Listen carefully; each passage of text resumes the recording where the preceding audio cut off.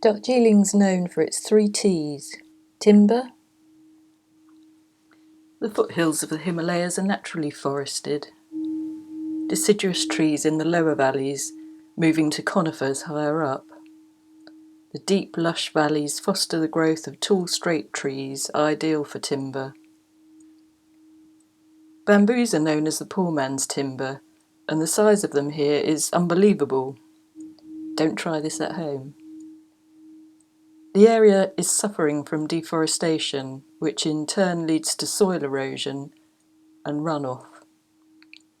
Landslides are not uncommon. Tourism. Tourism is truly the double-edged sword.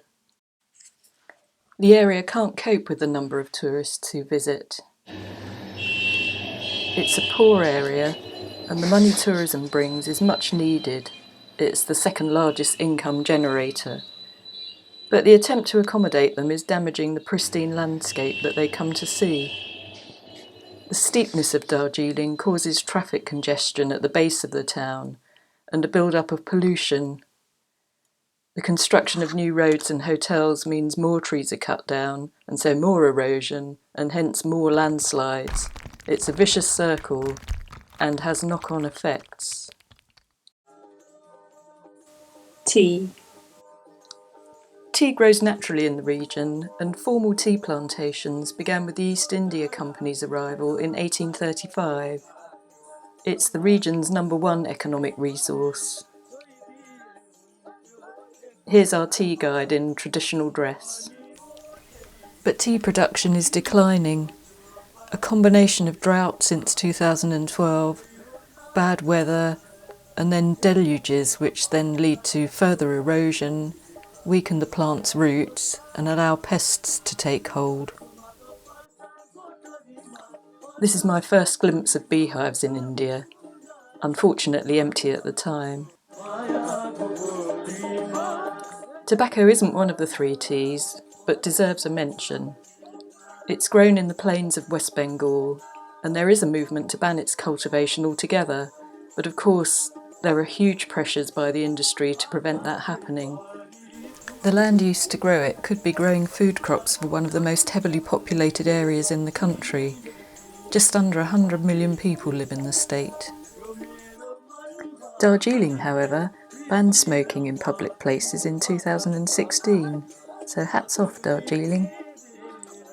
Back to the bad news, however, there's a water shortage in Darjeeling.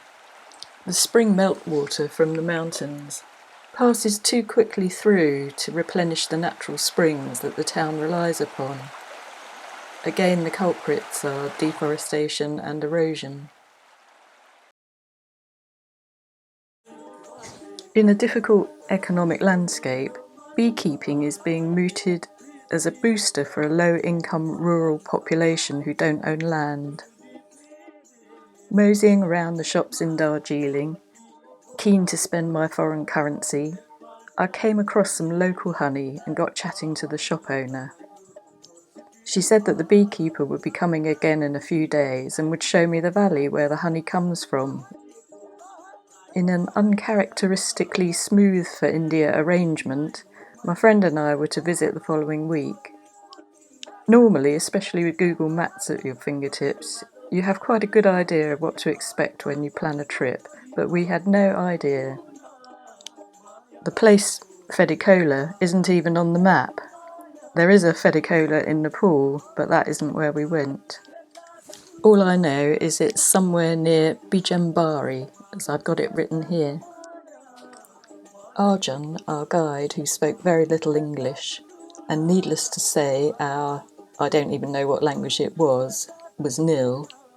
So what we were hoping to learn, therefore, was very open to question. He drove us to the start of a valley, and then we walked a good half an hour to what turned out to be his family home. I do wonder what he was thinking about it all. His family was so welcoming and friendly. We were given a comfortable bed and well fed and watered. This is a fermented millet drink, alcoholic, called Tsongba. Actually, the last thing my delicate stomach wanted But how rude would it have been to refuse such warm hospitality?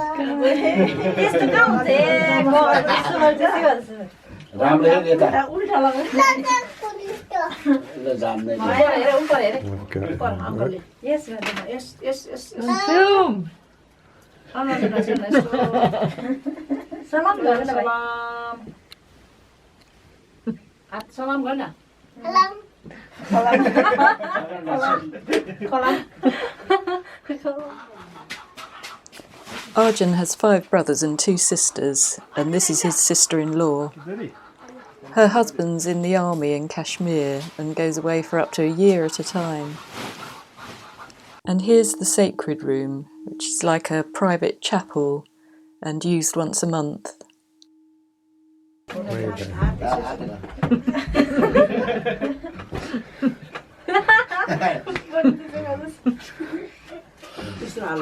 Oh, bless you!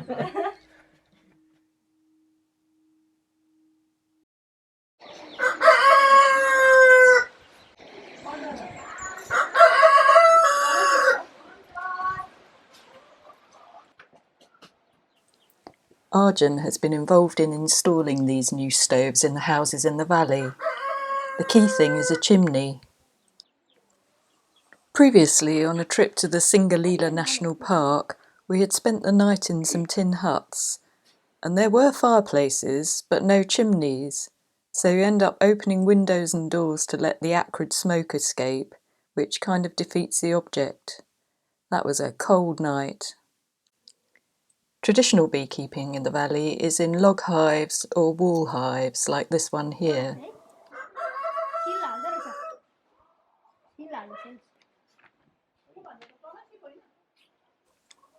Here's one on a balcony.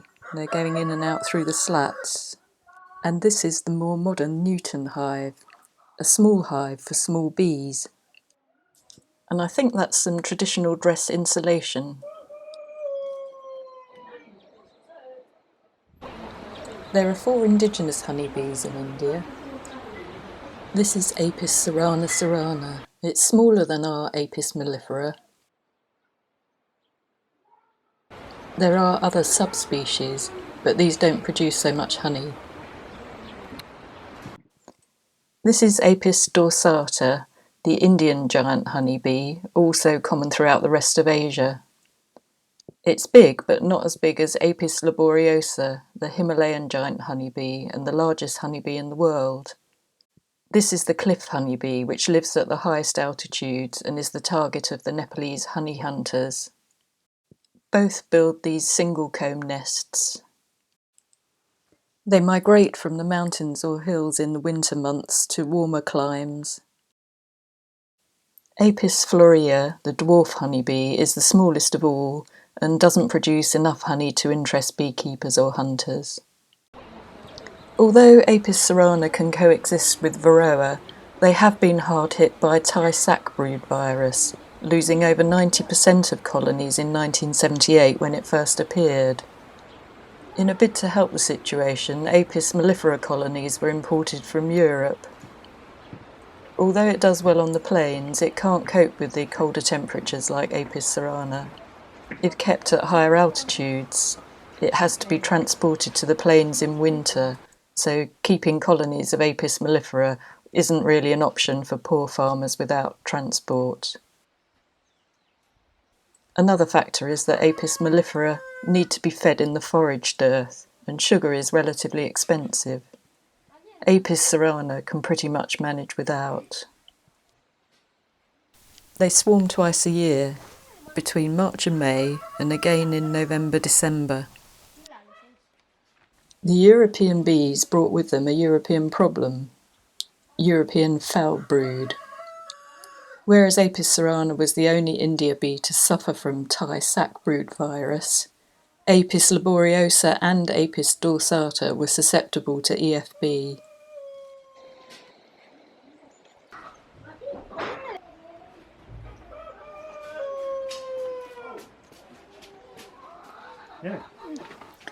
The area where we were, Gorkhaland, is very close to Nepal, and the culture is much more Nepalese than Indian. The Nepalese government is promoting a more scientific and commercial-based style of beekeeping, including making more of the hive products like wax, propolis and royal jelly, which haven't traditionally been part of Nepalese beekeeping.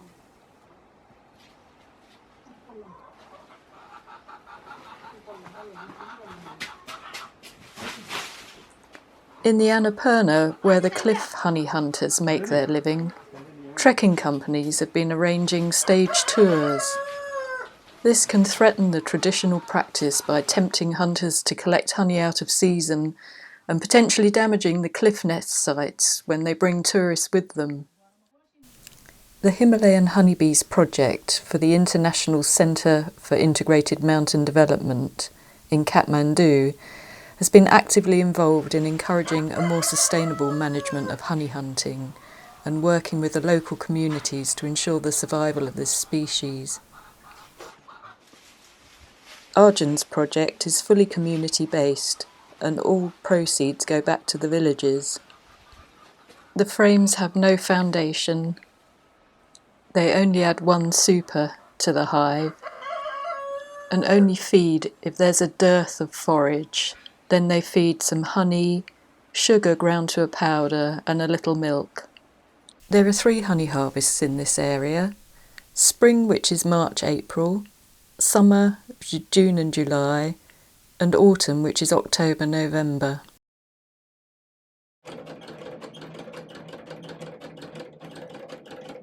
The different seasons produce different types of honey. Spring honey is sweet, summer bittersweet, and autumn bitter, although there's also a sweet black honey at this time of year. In spring, higher up in the mountains, a red honey from rhododendrons is collected by the cliff honey hunters. Its medicinal reputation commands a higher price, around $15 a jar. It contains gryanotoxins, which can be hallucinogenic, hence the name mad honey, and even fatal if too much is consumed.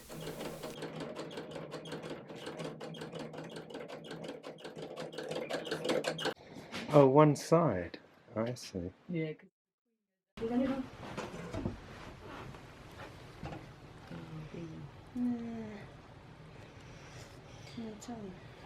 Honey is in great demand for Nepalese weddings.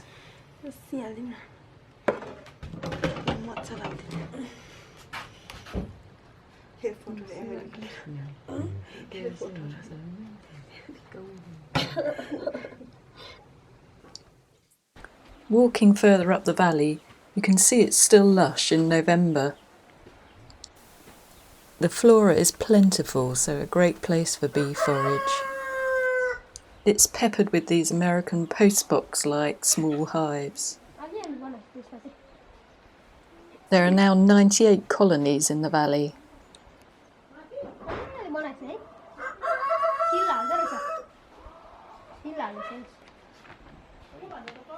The only crops sold are cardamom and the honey. All the rest is for their own consumption.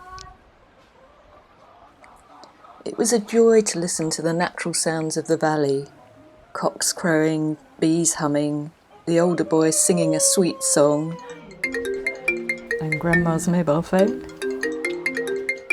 The type of beekeeping Arjun is introducing to the valley is working with the bees rather than exploiting them for financial gain. However important the economics seem, when that goal threatens the sustainability, the delicate balance of the ecosystem from which it comes, it's sure to lead to problems further down the line.